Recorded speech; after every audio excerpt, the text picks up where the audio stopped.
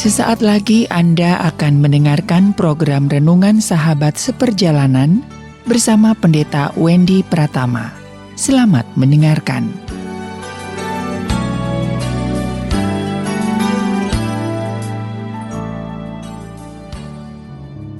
Selamat berjumpa kembali di dalam layanan audio Sahabat Seperjalanan. Hari ini adalah hari Rabu 17 Maret 2021. Tema renungan dan saat teduh kita dengan judul Menjadi Orang Beruntung. Menjadi orang beruntung. Firman Tuhan terambil dalam Filipi pasal yang pertama ayat yang ke-21. Demikian bunyi firman Tuhan. Karena bagiku hidup adalah Kristus dan mati adalah keuntungan. Karena bagiku hidup adalah Kristus dan mati adalah keuntungan. Mari kita berdoa.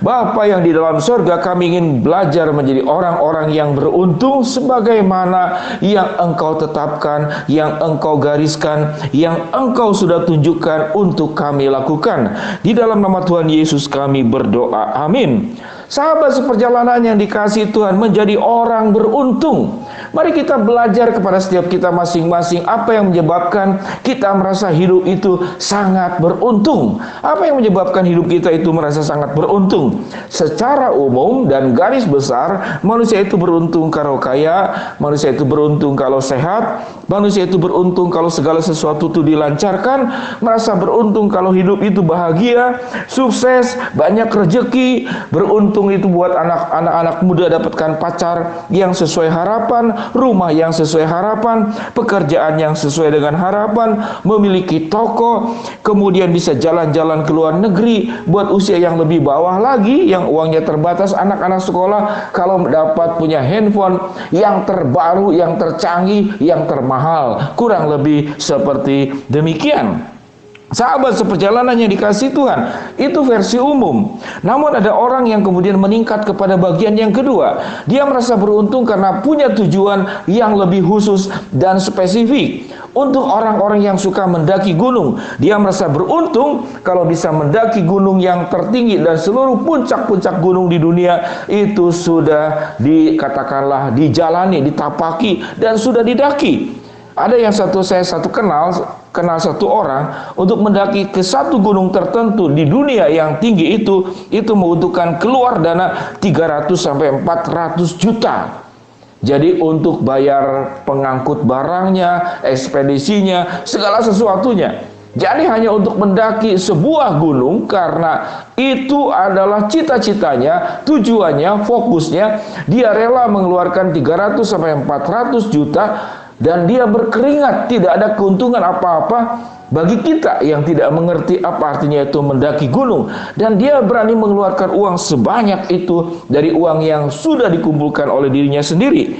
Ada orang merasa beruntung kalau dia bisa memecahkan rekor-rekor tertentu. Misalkan rekor dari jatuh dari ketinggian, rekor rambut terpanjang, rekor kuku terpanjang, rekor menyelam yang paling ramah, rekor mengangkat yang paling berat. Ada juga rekor gigi terkuat, leher terkuat, mobil tercepat, balapan, dan segala sesuatunya. Yang buat orang yang tidak fokus ke arah sana, itu sulit dimengerti. Mereka punya tujuan yang jelas, mereka punya sebuah target yang jelas, dan kalau bisa mencapainya, itu dikatakan dia merasa sangat beruntung. Padahal setiap hal-hal yang berbahaya yang dilakukan itu bisa membawa kematian buat dirinya. Sahabat seperjalanan yang dikasihi Tuhan, itu adalah bagian yang kedua. Ada bagian yang ketiga, beruntung yang sesuai dengan kebenaran firman Allah. Itu yang dikatakan oleh Rasul Paulus. Karena bagiku hidup adalah Kristus dan mati adalah keuntungan. Ini sesuatu yang sangat berbeda dengan pandangan yang pertama. Kalau kita panjang umur itu beruntung, tetapi anehnya Paulus berkata kalau mati itu adalah keuntungan. Namun yang menjadi masalah bukan karena matinya, karena seluruh hidupnya itu sudah diberikan, dilakukan semata-mata untuk Kristus. Di dalam Filipi pasal 1 ayat 21 dan ayat-ayat yang lain dikatakan, Paulus itu menghadapi penjara. Paulus itu bisa menghadapi kematian, ancaman, karam kapal, disiksa, didera, dan segala sesuatunya.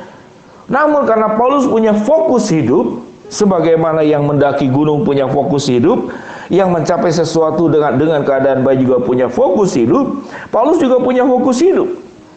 Lalu dikatakan apa oleh Paulus? Supaya Kristus dimuliakan di dalam tubuhku, baik oleh hidupku maupun oleh matiku. Jadi setiap kita sesungguhnya ada fokus-fokus tertentu daripada yang fokus umum. Fokus umum seperti yang saya katakan tadi. Kita beruntung kalau kita kaya, panjang umur, sehat, lancar, bahagia, sukses, banyak rezeki, pasangan hidup yang baik, rumah tangga yang baik, punya toko yang semakin banyak, usaha yang makin berkembang, bisa jalan-jalan ke luar negeri, kalau bisa keluar angkasa, buat anak sekolah punya handphone yang terbaik, dan segala sesuatunya. Sahabat seperjalanan yang dikasihi Tuhan, kalau berbicara tentang kematian, kematian itu adalah pasti akan menjemput kita. Biasanya saat kalau seseorang itu diperhadapkan kepada kematian, menjelang kematian, dia akan tahu mana fokus hidup yang menguntungkan dan mana fokus hidup yang tidak menguntungkan. Akhirnya terbagi, tersortir, terpisah. Sesuatu yang kita cari itu yang sifatnya itu kenikmatan dunia, toh akhirnya itu akan terlepas, sekalipun itu tidak salah. Namun kalau kita hanya mengejar kaya, sehat, lancar, panjang umur, bahagia, sukses, banyak rezeki, kita hanya mencapai setengah daripada tujuan hidup, itu belum tentu benar. Tetapi kehidupan yang benar Allah dikatakan, bagaimana hidupku untuk Kristus dan mati adalah keuntungan. Kalau hidup kita itu kaya, tapi kemudian kekayaan kita itu merusak dan membuat orang lain hidup susah, maka itu jadi sebuah persoalan besar. Kalau hidup kita itu lancar, namun kelancaran kita itu menghambat kemajuan orang lain, maka kelancaran kita juga menjadi sebuah masalah. Kalau kita banyak rezeki, namun kiri kanan kita hidup dalam kesusahan dan kita tidak peduli, maka itu juga menjadi sebuah masalah besar. Sehingga sahabat seperjalanan, ketika Allah memanggil kita, sebagaimana juga memanggil Rasul Paulus, hidupmu tidak hanya untuk dirimu sendiri saja, namun hidupmu untuk Kristus, untuk kemuliaan Allah, kesehatan yang kamu miliki untuk kemuliaan Allah, kekayaan yang kamu miliki untuk kemuliaan Allah, kelancaran kebahagiaan yang kamu miliki untuk kemuliaan Allah, rezeki yang kamu miliki untuk kemuliaan Allah, termasuk handphone yang saya punya juga saya berjuang, bagaimana untuk kemuliaan Allah. Sehingga ngapain Bapak Wendy tiap hari membuat renungan harian? Karena saya punya fokus dan tujuan. Kenapa Bapak Wendy kalau bicara tentang anak asuh? Karena saya punya fokus dan tujuan. Allah menitipkan sebuah panggilan hidup kepada saya dan juga kepada sahabat seperjalanan dengan fokus hidup masing-masing, yaitu hidupku adalah bagi Kristus dan mati adalah keuntungan. Bagaimana mengekspresikan hidup bagi Kristus? Setiap kita punya bidang dan cara masing-masing. Bagi para pengusaha, biarlah berusaha di dalam Kristus. Bagi para guru, biarlah engkau mengajar di dalam Kristus. Bagi para profesional, di dalam bisnis, di dalam bidang-bidang apapun, biarlah engkau bekerja juga di dalam Kristus. Tuhan dimuliakan lewat pekerjaanmu, lewat waktumu, lewat karuniamu, lewat karaktermu, lewat hidupmu, oleh nafasmu, oleh segala sesuatu. Itu Tuhan dimuliakan. Sehingga kita boleh berkata seperti Paulus, hidup itu adalah Kristus dimuliakan di dalam tubuhku, baik untuk hidupku maupun oleh matiku. Biarlah kita menjadi orang-orang yang beruntung, menjadi orang beruntung karena hidup dan mati kita itu kita benar bersama dengan Tuhan. Mari kita berdoa. Bapa yang di dalam sorga, hamba-Mu berdoa buat sahabat seperjalanan yang sedang sakit di rumah sakit ataupun di rumah. Tuhan jamah, Tuhan sembuhkan. Buat sahabat seperjalanan yang sedang menghadapi kendala, kesulitan, tantangan dan rintangan, Tuhan akan membukakan jalan. Buat sahabat seperjalanan yang sedang berdoa dan memohon segala sesuatu yang sesuai dengan kehendak, cara dan waktu-Mu, Tuhan yang akan mengabulkan. Di dalam nama Tuhan Yesus kami berdoa. Amin. Shalom sahabat seperjalanan. Jadilah orang yang beruntung, tapi beruntung tidak hanya untuk dirimu sendiri, namun untuk kemuliaan Tuhan.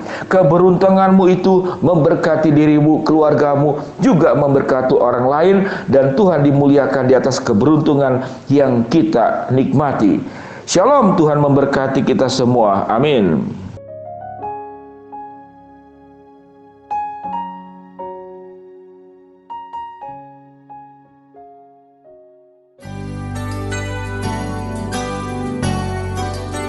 Anda baru saja mendengarkan program Renungan Sahabat Seperjalanan bersama Pendeta Wendy Pratama. Terima kasih atas perhatian Anda. Tuhan Yesus memberkati.